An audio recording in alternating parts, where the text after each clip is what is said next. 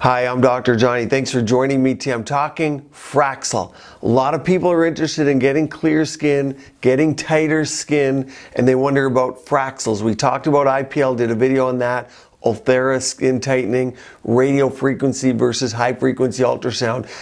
The video I did on glass skin, everyone enjoyed that. And they're like, well, how do you get clear skin? One of the things we need to talk about and that everyone knows is Fraxel, partly because people refer to a lot of fractionated lasers and procedures as Fraxel, even though they're different ones. And now we have Halo, people know about Pico lasers, all the different ones that we had Pixel. And so we'll go through what that is, what it can do for your skin, should you do it, and more importantly, what does Fraxel mean? When people get their Fraxel and say, I was so happy with it, understanding there are 4 different types of Fraxels you can get, and like all of these procedures, it's dependent upon who does it. Imagine these are tools in the practice and how the operator uses them, the settings they use, the aftercare, what they use to heal it. That all determines results, not only talking about all of those factors, but what do you think in your mind is your outcome? So if you have a face full of browns and you then see the Korean glass skin videos and you believe one treatment will get you there, will it? Maybe it will. We're going to talk about the different types. Are there ones that might do it in one session? Yes, there are, in 3 seconds.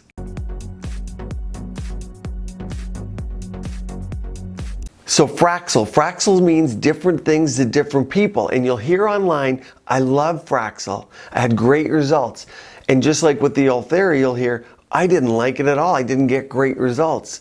It didn't work. First thing to know is there's about 4 different types of Fraxels out there. And I'm going to take it from a slightly historical perspective and show you how it evolved. Won't be an ultra long video, but it's important to know if you're wanting clear skin and you're wanting an outcome. And I'm going to also equate it with some of the we call newer ones on the market. Are they really new or is it old technology reinvented? We'll talk about that. If you like the videos, click like. Subscribe. When you do, there's a little bell. Click the bell because you'll be notified of all the new videos to keep your skin and body beautiful, healthy, and vibrant. And follow here because what we're going to do is some cool things in the future, maybe even some video podcasts with some guests so you can learn from people other than myself and get some counter views. I know in the comments you have a lot of counter views and we talk about things and I love that. Maybe we can do it through a video podcast as well. So Fraxel. To get beautiful skin, the first device I had 2 of them. Number 1 was what we called the Repair, which is a CO2. There are many CO2s today. CO2s around the 10,500 nanometer wavelength. But then so that was Repair. Think of repairing your skin. You're not going to see a lot of those out there.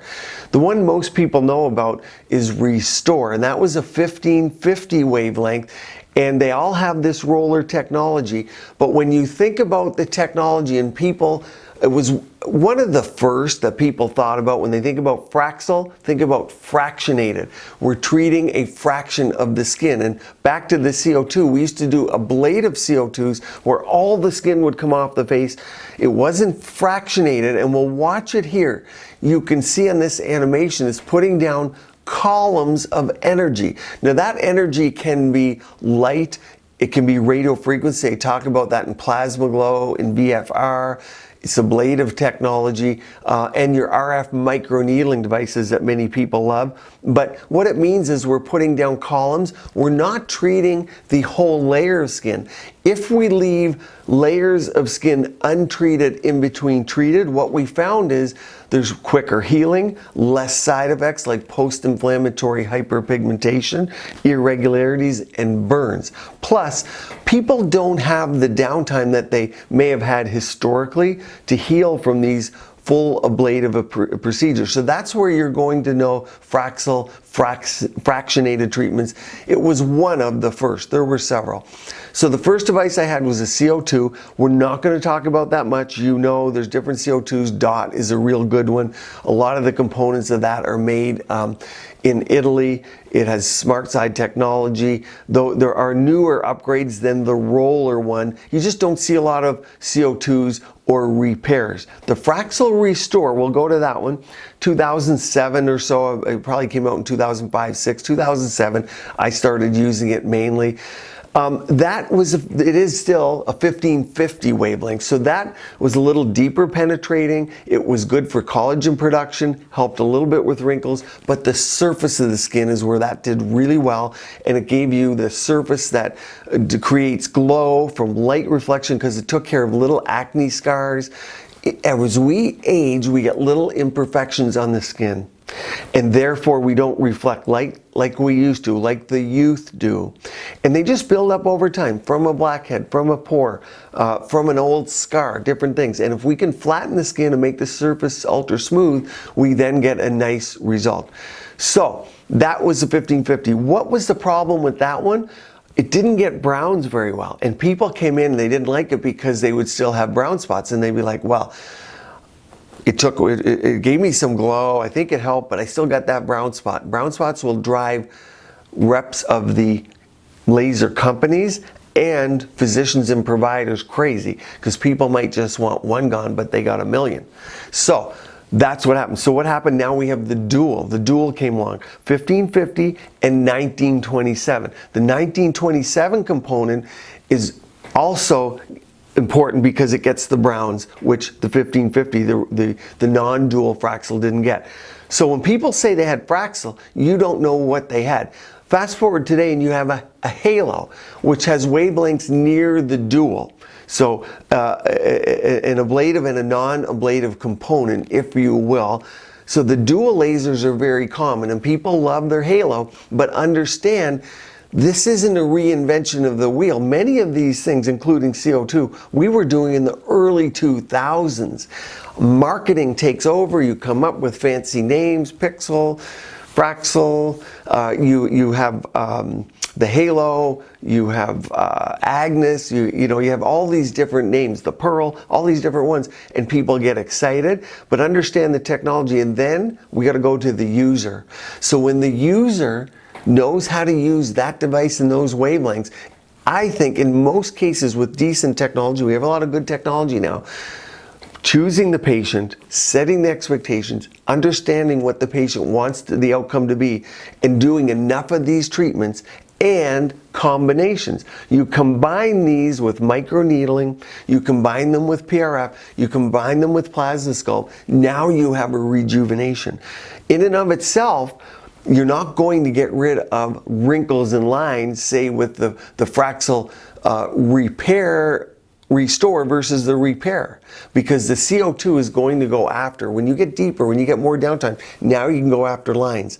Instead of going through that amount of downtime, people would much rather get injections of biostimulators such as Plasmasculpt. So combining something like the dual with something like Plasmasculpt, now you're getting into procedures.